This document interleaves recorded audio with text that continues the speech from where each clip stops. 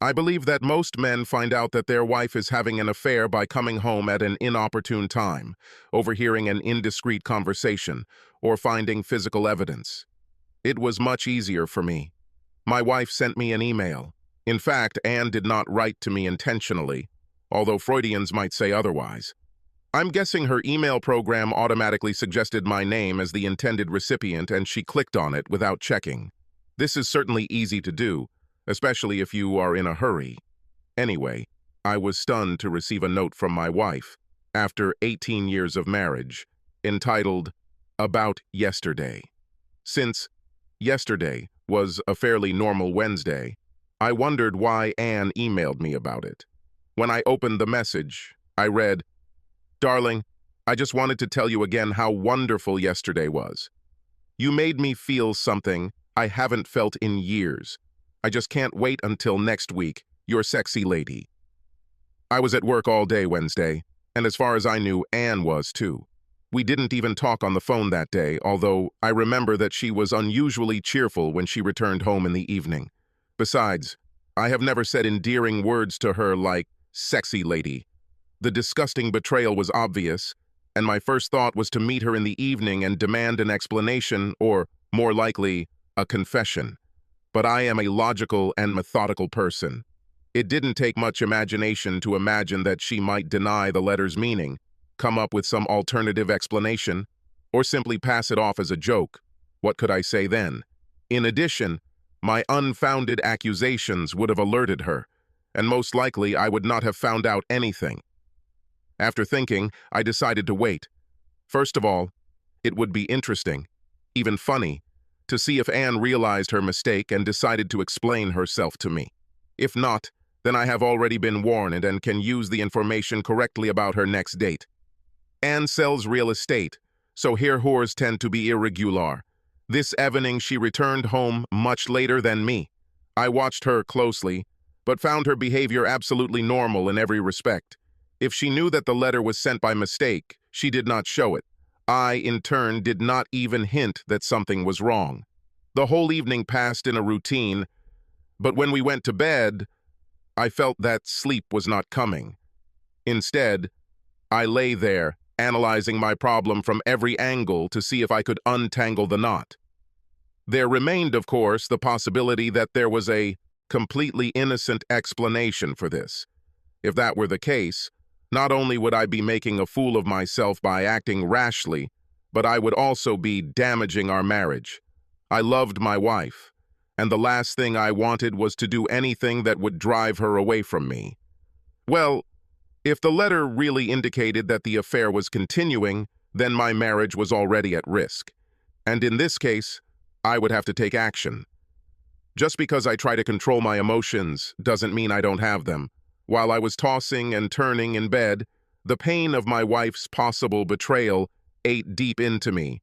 After much thought, I have come to the conclusion that my only option is to defer this issue until I can obtain more accurate information. Fortunately, I could do this, and once I realized this, I soon fell asleep. The next morning, when I arrived at work, I returned to analyzing the problem. The coming Wednesday should provide some answers, so I contacted a detective agency and arranged for my wife to be followed. If she doesn't do anything out of the ordinary on Wednesday, it won't exactly ease my fears, but it will definitely make me feel better. However, if my fears are justified, then at least I will know the truth and begin to take appropriate action. Having done everything I could do at that moment, I put it aside and went back to work. Apparently, the next Wednesday was no different from any other. Anne and I went to work as usual and returned home late in the evening at almost the same time. There was nothing in her appearance or behavior that struck me as abnormal or unusual. I sat in my study reading my favorite collection of Edgar Allan Poe's stories and tried my best to hide any signs of anxiety or suspicion. On Thursday morning, I had an appointment with the detective agency to find out the results of their surveillance. Although I am not a very emotional person, I can still read emotions in others. When I entered the office, the detective working my case avoided meeting my gaze. I knew right away that I wasn't going to like what he was going to tell me. Everything was just as I feared. The wife left the real estate agency where she works, and the detective followed her to a cheap motel near the airport. He handed me photographs of her meeting a man there and entering the room with him. The timestamp on the photo read 1:52 p.m. About 2 hours later, another photo showed them leaving the room together, holding hands. "I'm very sorry," the detective told me. "It is always very unpleasant for us to confirm your suspicions. What would you like us to do for you now?" I thought for a minute. "I need your help again. It appears that this motel is their regular rendezvous spot. If this is true, is there any way to take photos of what's going on in the room?" The detective didn't hesitate. "We have extensive experience in obtaining such evidence. You will probably have to pay for the motel manager's cooperation, but if it is acceptable to you, I think we can guarantee compliance." I nodded. "Evidence will be paid." I returned to my office, but this time, to my surprise, I found that I could not concentrate on my work. Now that all doubts were removed, my ability to think seemed to disappear. Eventually, I gave up trying to work and focused on what I had learned. Wiping my eyes, I began to make plans. In addition to confirming my wife's infidelity, I realized why Anne accidentally sent that treacherous letter to me instead of him. It turned out that I knew her lover. It was our neighbor, Mark Bradshaw. Since my name is Mac Bishop, the email program must have suggested my name after Anne typed the first 2 letters. It's very careless of her not to double-check, I thought, but probably emotions tend to distract lovers. Knowing the identity of Anne's lover further intensified my sense of betrayal. Mark and his wife Bobby were our friends. We often dined at each other's houses or went to the movies together, and I never noticed much of a spark between Anne and Mark. Was I blind, or were they both skilled in the art of deception? Regardless, I knew I had to do something. The question was what exactly? For several hours, I mentally went through various options for action. At times, revenge fantasies flashed through my head, followed by scenarios in which I imagined myself begging Anne not to leave. Questions about why the affair began and how long it lasted tormented me. Anger and self-pity intertwined within me. Finally, I made up my mind. Not only did I know what I wanted to achieve, but I also had a pretty good plan for achieving my goals. My campaign will involve 2 separate courses of action that will take place simultaneously. I thought of them as divide and conquer, separate 2 lovers and win her heart again. As a dividing part of my plan, I will use my knowledge of Anne and to some extent Mark to drive a wedge between them. With luck, I can stop their relationship until they decide to break up. The second part will involve an all-out campaign to win back Anne's love by becoming the perfect husband. At the same time that I showed her the downside of her relationship with Mark, I hope to demonstrate the benefits of getting back together with me. I made extensive notes to myself, listing possible actions for each part of my campaign, planning out their timing, and working out the interdependencies so that each would complement the other. When I finished, I saw that the essential element for both was the need to keep them ignorant of my knowledge of their relationship. Obviously, this would require restraint on my part, but I felt I could do it. I know how not to show emotions. I decided not to start my campaign until I received another report from the detective agency. But there were steps I could take during this time to prepare. First, I bought a recording system for our home phones, as well as a voice-activated recording device that I hid in Anne's car. Tapping our home phone closed that line of communication, and although I couldn't tap her cell phone, I felt that the car was the most likely place for her to call Mark. I wasn't worried about her calling him from work. The agency had an open-plan office, so I reasoned that she was unlikely to have a conversation with her lover in a place where she could so easily be overheard. My next step was to get into Anne's email.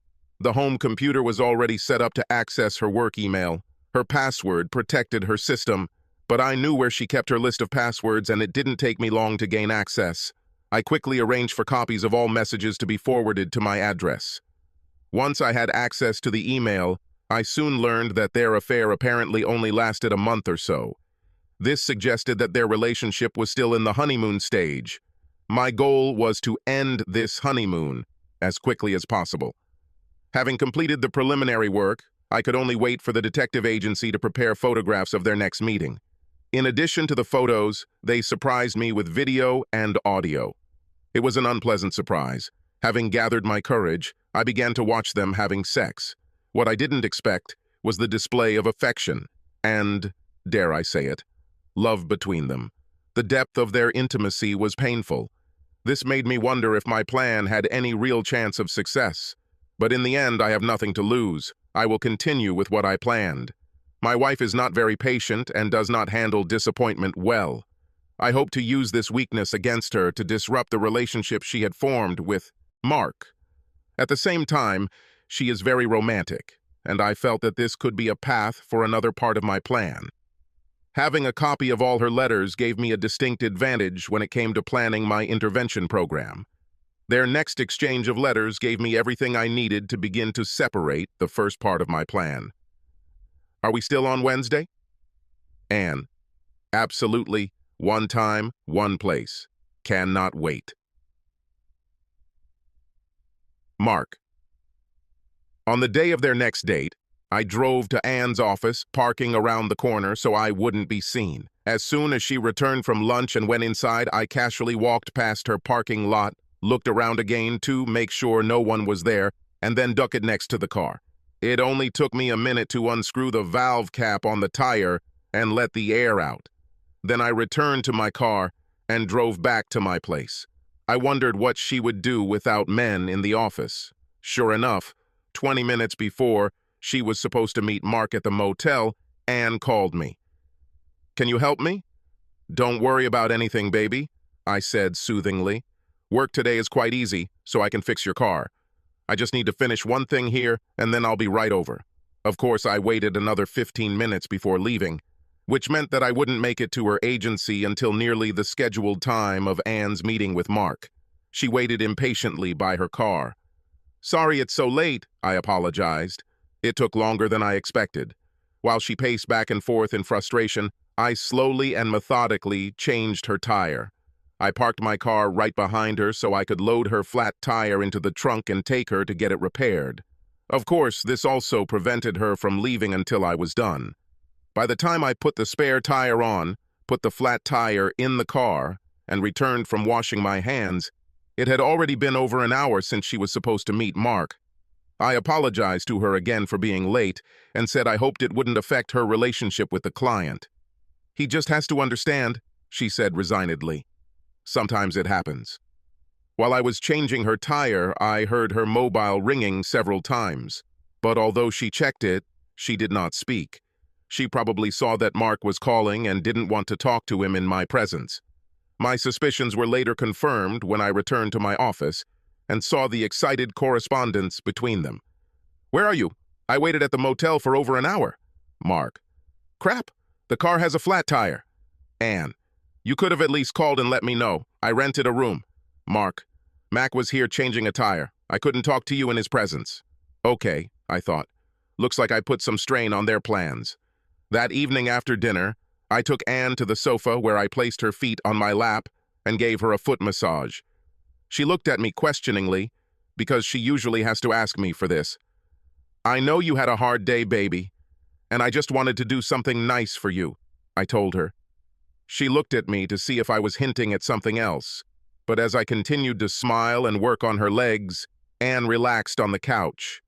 I soon saw a look of pleasure on his face, and as I continued the massage, the soft moans of pleasure were sweet music to my ears. Not wanting to be intrusive, I waited the rest of the week before taking the next step, and on Monday, a large flower arrangement was delivered to her office with a card that read, "To the best wife a man could have." If she felt remorse because of my irony, she hid it well. But that evening, when she returned home, she thanked me profusely and told me what an impression it had made on the other women in the office. "But on what occasion?" she asked. "You've never done anything like this before." "Exactly true, darling," I said, hugging her, "and that's what I want to change." "What if you got a flat tire while driving on the highway?" It made me think about how precious your love is to me, and I wanted to make sure you knew that."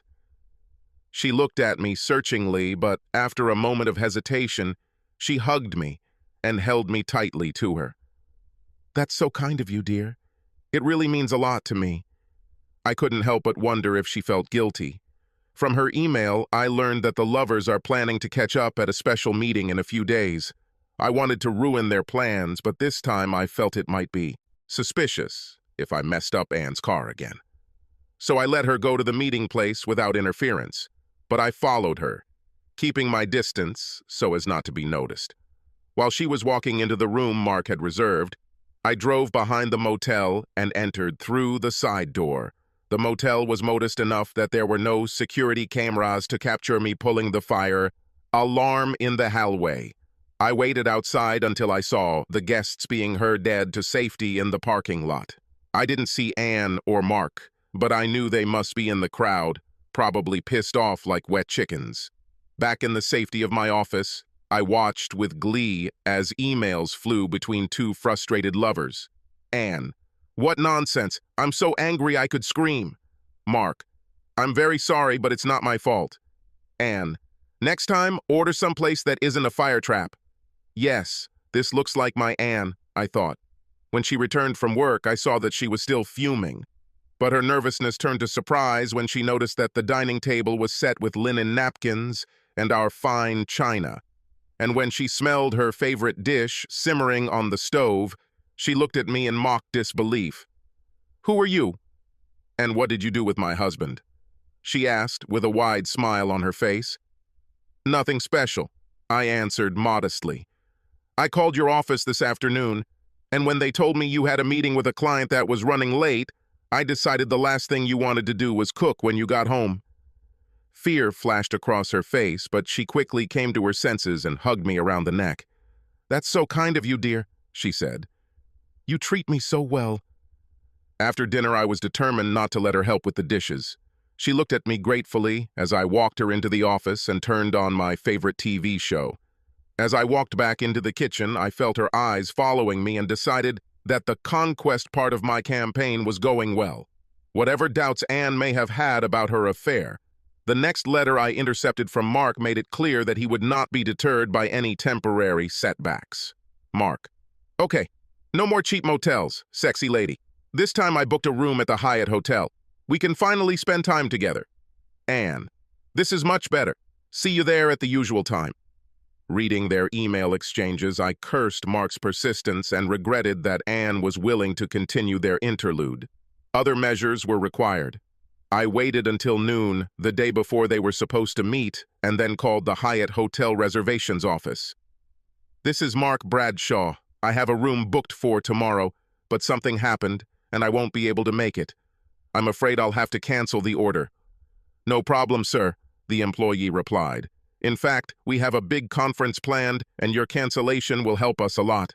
I smiled with satisfaction. Having done the deed, I still couldn't resist showing up at the Hyatt just to see what would happen. I sat down in a chair overlooking the reception desk and hid behind a newspaper. And sure enough, just in time, the married duo appeared, walking hand in hand, chatting and cooing like doves. Their loving mood didn't last long once they found out that they didn't have a room. "But I ordered a number a few days ago," Mark shouted to the perplexed clerk. "I'm terribly sorry," the poor girl apologized. "But, judging by my computer, your order was canceled." "This is funny," Mark snorted. "Very good. Make us a new order." The girl shook her head sadly. "Sorry, sir, but the hotel is completely occupied, and unfortunately, due to the convention in town, most of the other major hotels are also sold out. But you might have better luck at one of the smaller motels near the airport."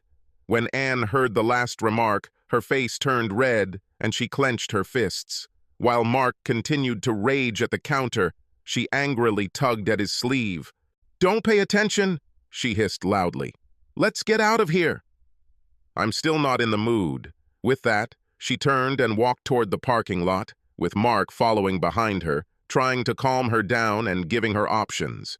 It was clear that he wasn't having much luck. I waited until they both left in their cars before leaving my post in the lobby. My work here is finished, I thought joyfully.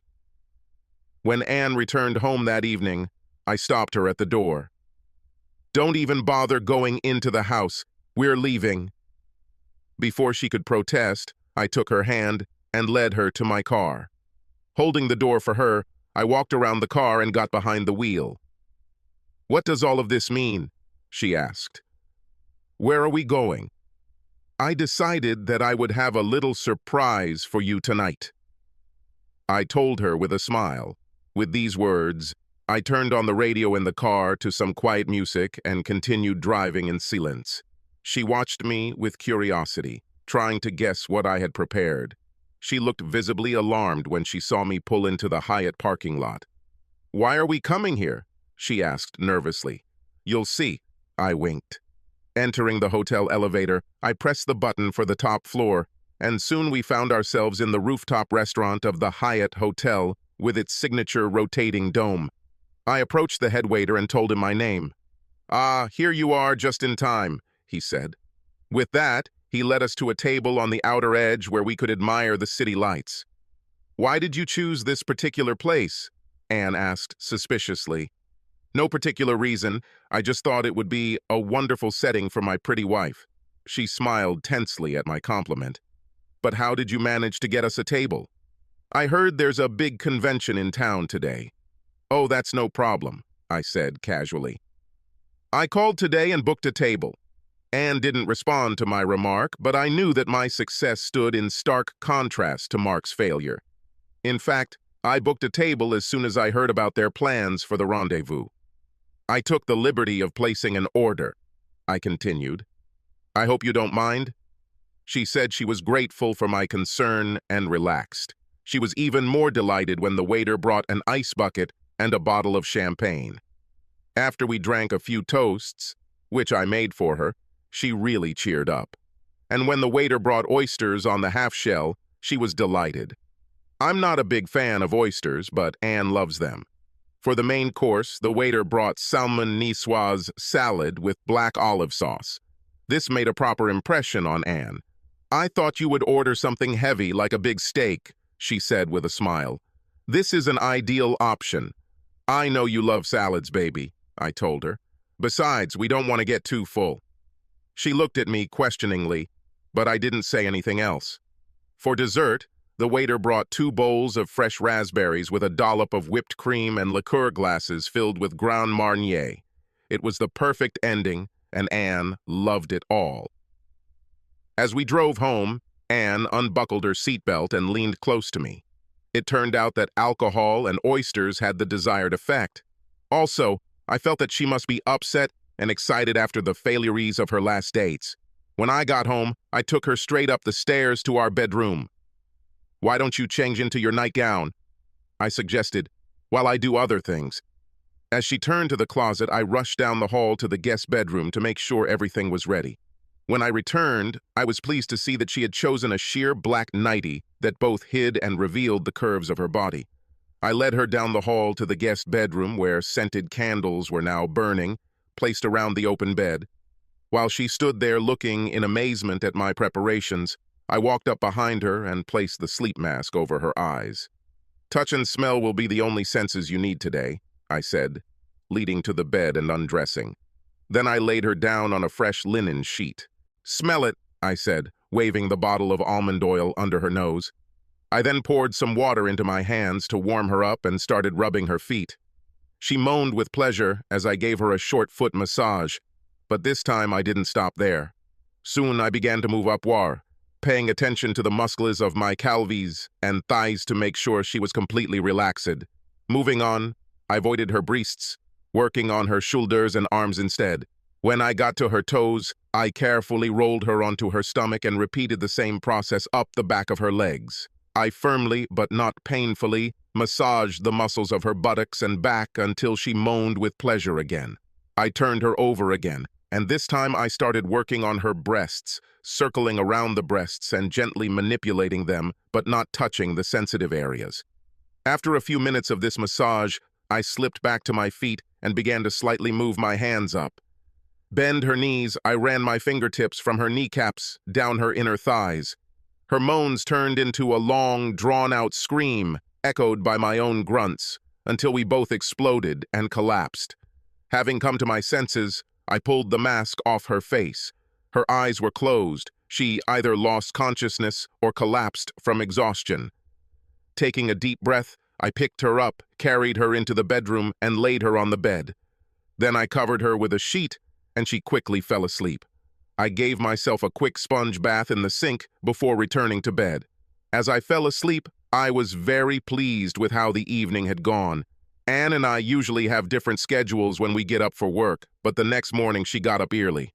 When I went downstairs, I found that she had already prepared coffee and breakfast for me. When I looked at her, her eyes sparkled. "Thanks, Bobby. Last night was really something special for me," she said passionately. "I'm so glad you liked it," I replied. "I know that I will remember this for a long, long time." She smiled at me. I felt like Anne and I were making real progress, but later that day I intercepted an email that let me know that Mark was still trying to meet with her. "Mark, I'm very sorry about what happened at the Hyatt yesterday. I still don't know how they managed to lose my reservation." Anne, "I don't know, Mark. Maybe it just wasn't meant to be."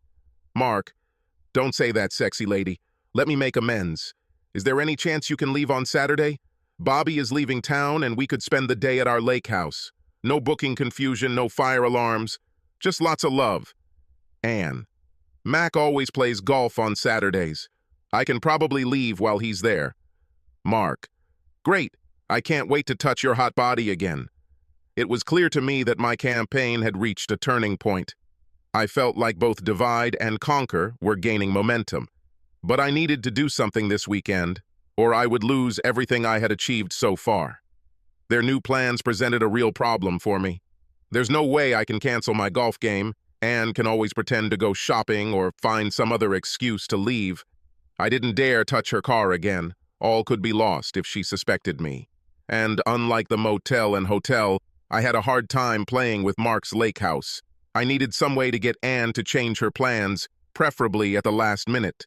Suddenly, the stroke of genius, the perfect solution, struck me. Moreover, the preparation took just one phone call. I followed my usual routine for the rest of the week, but on Friday evening, I sneakily grabbed Anne's cell phone and replaced the battery with a dead one. If she tries to call Mark this weekend, it will be through her home phone so I can listen in on the conversation. On weekends, Anne and I dress pretty casually, but when Anne came downstairs on Saturday morning, I noted with interest that she was wearing a beautiful skirt and blouse. I idly wondered what kind of underwear she might be wearing underneath. As my departure time for the golf course approached, I noticed Anne watching me with some apprehension, probably because I had made no move to put on my usual golf pants and shirt. When the usual time of 10 a.m. came around and I had no intention of leaving, you could see the wheels turning in her head, preparing an excuse for why she would need to leave. Finally, she became so impatient that she said to me, "Aren't you playing golf today?" she demanded. And then the doorbell rang. Anne looked at me puzzled and went to see who it was. Opening the door, she exclaimed in surprise, "Miriam, what are you doing here?" "Is this how you greet your little sister?" Miriam asked, entering the door. The women hugged each other excitedly. "Of course I'm glad to see you," Anne muttered. "I just wasn't expecting you." Miriam smiled at me. "I'm here because your wonderful husband invited me.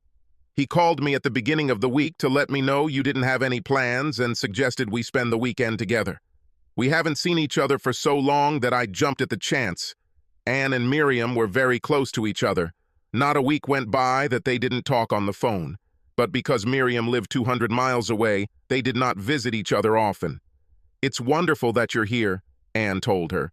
Then she turned to me. "This is really very cool, Mac. Now I know why you don't play golf." "Well, nothing is more important than giving my wife the opportunity to spend some quality time with her sister," I told them. "Now, lady, I want you to get ready, because I'm inviting you to breakfast." Then I looked at them again. "Actually, Miriam, you might want to change into something dressier than your jeans, but you look great the way you are dressed now." Anne looked at herself and blushed, remembering why she had dressed like that, but she quickly recovered. Why don't you help Miriam take her bag to the guest room? While she's changing, I'll just make a quick call. I watched her walk down the corridor, and a minute later I heard muffled curses. She walked out, holding her unresponsive mobile phone. "The damned battery is dead," she said angrily. "Oh dear, this is very bad." I sympathized. "But you can call your home phone. Don't pay attention," she said hastily. "In any case, the call is not so important. Now where are we going to have breakfast?" I spent the rest of the weekend working with my sisters, trying to make them feel good. When Miriam got ready to leave on Sunday afternoon, she gave me a special hug and thanked me. "You have a special husband," she told Anne. "Take good care of him." I thought Anne winced a little, but then she smiled and hugged me. "Definitely," she promised. I was sure that Anne had found time on the weekend to call Mark, but I wasn't worried. If the call was made on our home phone, I have a recording. After Anna went to bed Sunday night, I was able to check the recording device. Of course, the call came early on Sunday morning. "Anne." "Mark, it's me, Anne." "Mark, where the hell have you been? You didn't show up on Saturday, and every time I tried to call you, your phone went straight to voicemail." "Anne, I'm very sorry, but I couldn't help it. My sister came into town unexpectedly on Saturday morning, and my phone was dead. I haven't had a chance to talk to you until now." "Mark, couldn't you leave on Saturday afternoon?" "Anne, I couldn't, Mark. Mac took us all over town on Saturday." "Mark, what about today?" "Anne, my sister came for the weekend. I just can't leave her. We haven't seen each other for several months." "Mark, well, I feel damn stupid sitting at a lake house all day waiting for you."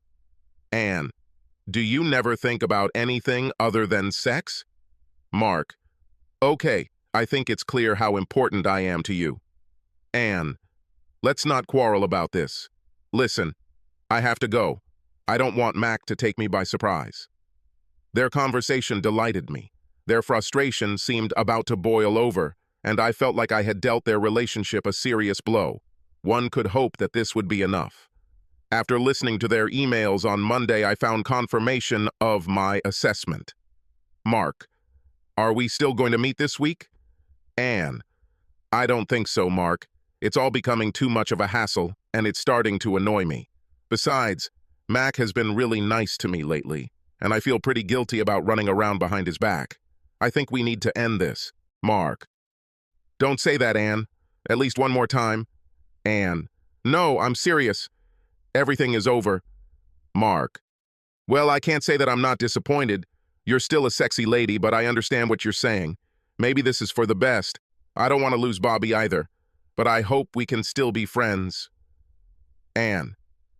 "Of course, we will remain friends, just not friends with benefits." Success. I managed to introduce enough problems into their relationship that it collapsed. Now all I had to do was complete the second part of my plan. When Anne returned home in the evening, she was gloomy and absent-minded. Once or twice, I even thought I saw tears in her eyes.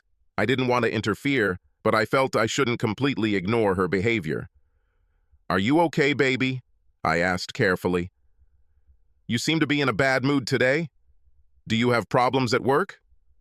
"It's okay," she said, without looking at me. "I guess I'm just in a bad mood. Maybe it's hormones or something like that." I nodded and gave her some time to compose herself, but in my heart I was gloating, because I was sure she was mourning the end of her relationship with Mark. Even though it was her decision to end the affair, I knew that Anne puts a lot of emotion into any relationship and cannot end it without some sense of loss. For me, I found her mood reassuring. She wouldn't feel so sad if she hadn't decided to end it. But I couldn't help but think that Mark was unlikely to have a similar reaction. "He's probably having sex with Bobby right now," I thought sarcastically. The next morning, Anne was in a much better emotional state. During the day, I saw no more letters between Mark and her, which strengthened my confidence that neither of them had changed their minds. This gave me a growing sense of triumph. Everything was going as I had planned. That evening after dinner, when Anne came into the study, I again had a book of Edgar Allan Poe on my lap. "What are you reading this time?" she asked. "One of my favorites," I told her. "The Cask of Amontillado." "I don't know that," she said. Then she pressed herself against me. Can I interrupt you for a moment? I just wanted you to know what a wonderful husband you are, she said seriously, looking into my eyes. You've been so sweet to me these past few weeks, and I feel so lucky to have you. My heart soared at these words, and I realized that I had won. This is exactly the moment I was waiting for. I looked at her, waiting to see what else she would say. She fell silent, and for a moment I saw an expression similar to guilt flash across her face. Her eyes seemed to moisten a little. I really don't deserve you, she said hotly. No, I said calmly. I don't deserve you. Then he reached for the desk drawer. And I certainly didn't deserve this, I said sharply, throwing photos of her meeting with Mark at the motel into her lap. At first, she looked at me in confusion at the change in my tone, and then she had difficulty understanding what I had given her. But when she focused on the frames and learned what they depicted, she began to wail, "Oh my God! No, no!" I handed her a copy of the divorce petition my lawyer had filed earlier that day. When she realized what I had given her, her breath caught. But I thought that you and I mean, isn't there any way? No, I interrupted her coldly, holding out another stack of papers. And in case you're wondering about Mark, here's a copy of the letter I sent to Bobby this evening, along with the detective's report. I also sent a similar letter to your sister Miriam, explaining why I was divorcing you. She groaned in pain and began to sob again. I just do not understand. You have been so loving and caring all these weeks. I can't believe you're so cruel right now. Doesn't all this mean anything? My dear, I said evenly, when you started your dirty little affair, you ended all my love for you. That's why I've spent the last few weeks trying to end your relationship with Mark. As for how I treated you, well, I wanted to make sure you understood how much you lost when you betrayed me. My goal was to take from you the same thing that you took from me, and as far as I can tell, my plan worked perfectly. Anne collapsed on the sofa, sobbing pitifully. Before leaving, I reached out and placed the book of Poe's stories I was reading on top of the other documents. The text was still open on the cask of Amontillado, and I used a highlighter to mark the passage containing the Montresor family motto for her to see, "No one dishonors me with impunity."